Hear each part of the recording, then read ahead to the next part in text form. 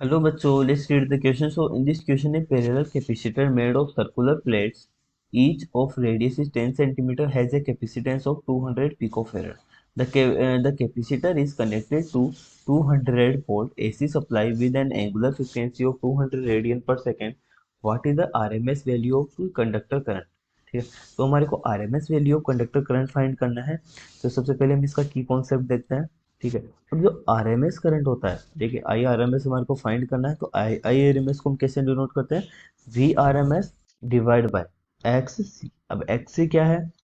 Reactance. X सी को हम denote करते हैं कैपेसिटर रिएक्टेंस से। तो हम जानते हैं जो कैपेसिटर रिएक्टेंस होता है एक्स सी, उसको हम डिनोट करते हैं 1/ओमेगा सी से।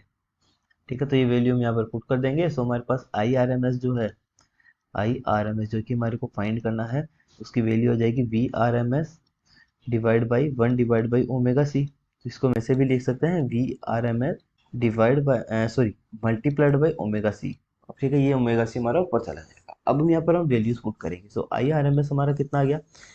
We R M S. ठीक है, वी आर एम एस कितना है देखिए। तो अगर हम वी आर एम एस की बात करें तो हमारे को क्वेश्चन में कितनी गिवन है? वोल्टेज। तो 200 वोल्ट गिवन है, अभी 200 लिख लेते हैं इसको, मल्टीप्लाइड ओमेगा। ओमेगा जो होती है हमारी एंगुलर फ्रीक्वेंसी होती है। ठीक है, एंगुलर फ्रीक्वेंसी हमारे को 200 रेडियन पर सेकेंड गिवन है, सो 200 मल्टीप्लाइड। ठीक है, इसके बाद देखिए हमारे को क्या लिखना है? सी। सी हमारा कैपेसिटेंस होता है, जो कि हमारे को 200 पिको फेरेड गिवन है। ठीक है, तो पिको फेरेड है तो उसको हम फेरेड में कन्वर्ट करेंगे। तो फेरेड में कैसे कन्वर्ट करते हैं? 10⁻⁻12, क्योंकि हम जानते हैं 1 pico farad is equal to 10⁻12 farad होता है। ठीक है, तो इसी रिलेशन का हम यहाँ पर यूज करेंगे। सो यहाँ से आई आर एम एस इसको सोल्व करते हैं। ठीक है, तो देखिए 2 2 2 यानी कि टोटल 6 हो जाएगी। तो हमारे पास क्या आ जाएगा?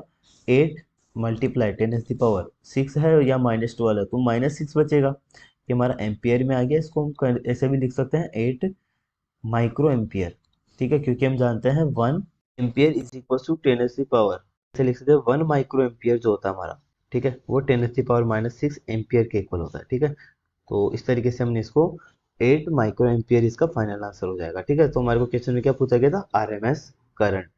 ठीक है, आई आर एम एस जो कि कितना है? 8 micro ampere. So hope you understand the solution. Thank you.